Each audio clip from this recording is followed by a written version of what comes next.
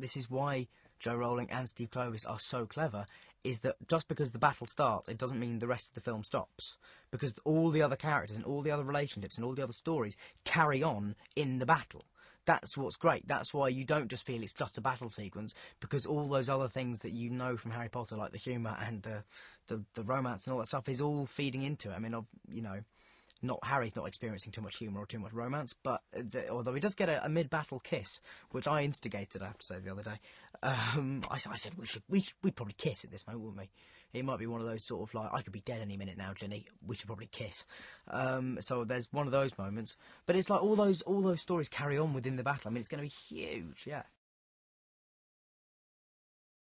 They all know that the reason they're here and the reason they're on this journey is much bigger than any one of them, or even all three of them, or even all of their friends and their families. It is bigger than all of that.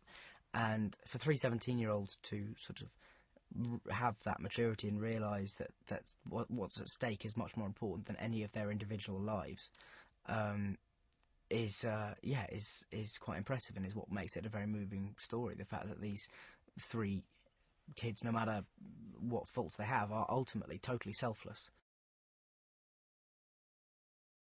He starts off the most composed and the most in control we've ever seen him in the first part of the seventh.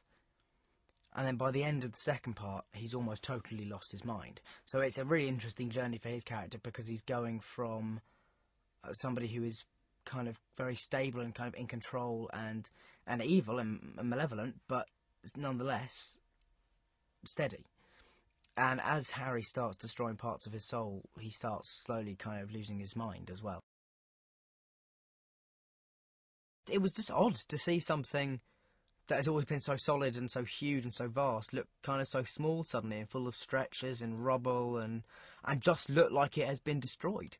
It's, you know, and it's going to be very odd for people, I think, to see that, who've seen all of the films, to suddenly see the Great Hall in ruin. Particularly when I was younger, it was quite intimidating to be in a quite combative scene with such an experienced actor. Was always quite intimidating. So I think that sort of forced me to, you know, raise my own standards.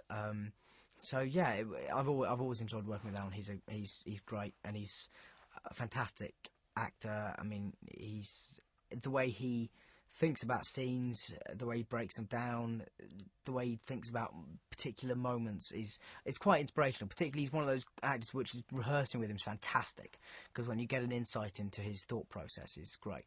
Yeah, I'm a big fan. I wouldn't try and sum it up yet. I think it'd be very premature of me to try and give a synopsis of what the last 10 years have meant while I'm still in them. I think you can only really tell what something's done for you, or done to you, or done with you when you finished something. And so I will one day. I'll be able to look back and say, I know certain things about it. I know I've had a great time. I know I'll miss it. I know I'll miss my friends. I know that I can't quite comprehend of a world in which this isn't part of my life, and so that's going to be very odd, very, very strange indeed. There'll never be a frame of any of these films that I don't look at and connect immediately to a memory of this place, or of somebody not even involved in the films, but somebody who I met through them. Every day, you know, every day is connected.